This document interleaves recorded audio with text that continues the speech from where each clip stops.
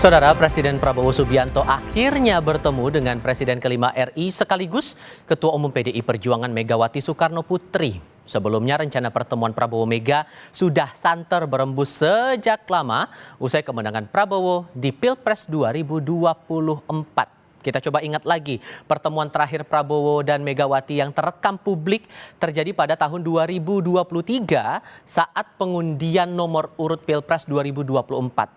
Kalau kita tarik lagi ke belakang, persis di tahun 2022, Prabowo Mega kerap bertemu dalam satu kesempatan, termasuk dalam silaturahmi Idul Fitri. Saat ini, Koalisi Indonesia Maju Plus yang mengusung pasangan Prabowo Gibran menguasai mayoritas kursi di Dewan Perwakilan Rakyat dengan total 470 kursi. PDI Perjuangan yang berada di luar pemerintahan memiliki 110 kursi di DPR. Lalu sejauh mana publik menangkap makna pertemuan Prabowo Mega pada Senin malam itu? Apakah ini tandanya PDI Perjuangan akan merapat ke pemerintahan? Kami akan bahas selepas informasi yang satu ini.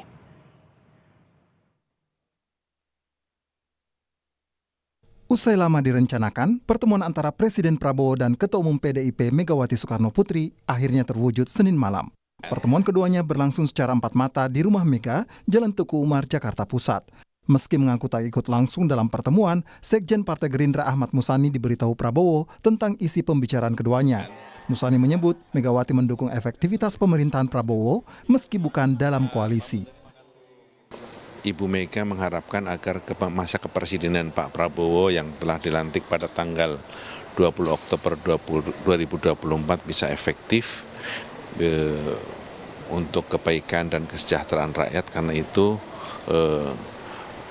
jika dianggap perlu, silahkan menggunakan PDI sebagai instrumen yang juga bisa digunakan untuk memperkuat pemerintahan, tetapi tidak dalam posisi dalam koalisi. Juru bicara DPP PDI Perjuangan, Guntur Romli menyebut pertemuan antara Megawati dan Prabowo sudah diagendakan sejak lama, meski baru dilakukan usai Lebaran. Guntur Romli menyebut pertemuan ini menegaskan Megawati tidak pernah menutup diri terhadap Prabowo termasuk Gerindra. Dan ini juga menunjukkan bahwa memang Ibu Megawati selama ini juga tidak pernah menutup diri ya dengan Presiden Prabowo Subianto, dengan Partai Gerindra.